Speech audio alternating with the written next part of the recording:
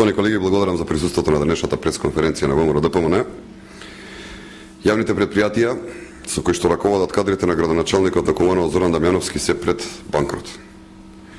Јавното предпријатие Водовод не е единственото со нервни загуби доцнење на плати за вработените.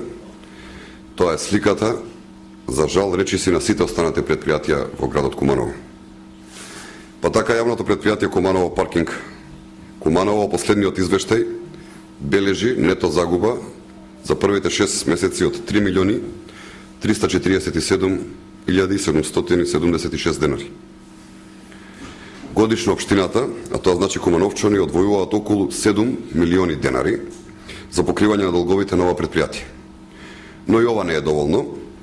Не е ниту доволно што кумановчани плаќаат еден од најскапите паркинзи во државата, сепак долговите растат на ова предпријатие. Куманово паркинг, за жал, не реализира ниту еден капитален проект. Никаде ги нема ни катните гаражи кои што ги најавуваше градоначалникот Зоран Дамјановски.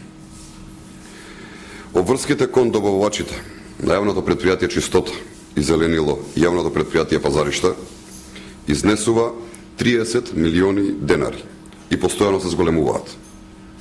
Овие предпријатија имаат побарувања од 185 милиони денари, кои се нереални побарувања, бидејќи тоа се побарувања за старани од пред 10 години на име на неплатени сметки.